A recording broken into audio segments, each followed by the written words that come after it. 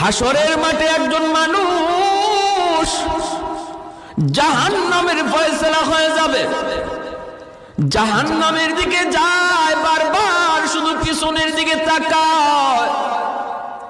আল্লাহ পাক রব্বুল আলামিন তারে ডাক দিয়ে আনবেন, বান্দা ফয়সালা হয়ে গেল তোমার জাহান্নাম, কিন্তু বারবার শুধু পিছনের দিকে আমি আল্লাহর দিকে তাকায় তুমি কি ভাবতেছ?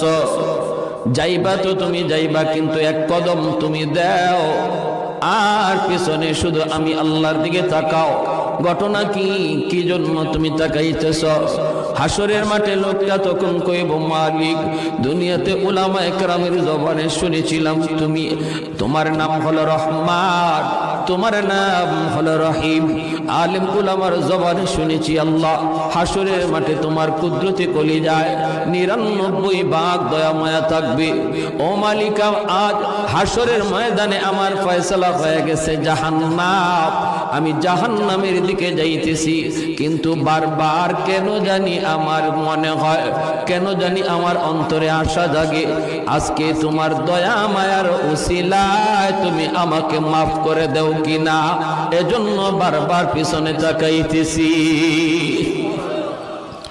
আল্লাহ পাক ফেরেশতাদেরকে বলবেন, ফেরেশতারা আমার বান্দার কথা আমি আল্লাহর কাছে বড় ভালো লাগলো,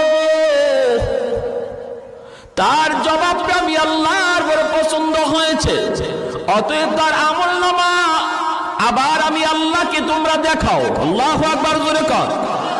যে আমলনামা ওজনের কারণে নেকির পাল্লা হালকা, গুনার পাল্লা ভারী, আর তার ফয়সালা হয়েছে জাহান্নাম, ওই আমলনামাটা আমি আল্লাহ আবার নিজে দেখব, নিজেরই চেক করব।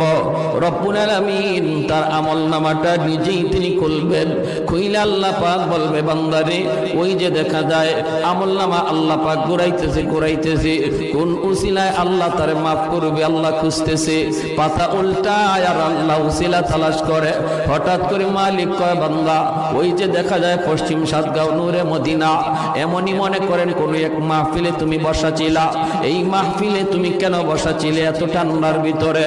কি ছিল সেখানে যাওয়া তোমার উদ্দেশ্য? তোমার ঘরের পরিবেশ ছিল আরামের, বিবি বাচ্চার কাছে তুমি থাকতে পারতা, কেন তুমি ওই জায়গায় বসে বসে তুমি কি শুনছিলা? কেন তুমি এই কষ্ট করে বসা ছিলা একটু বলো। তখন কইব, মালিক দুনিয়ার কোনো উদ্দেশ্য ছিল না, ওই জায়গায় গেলে পরে আমারে কেউ ৫০০-১০০০ টাকা দিবে এমনও ছিল না। আল্লাহ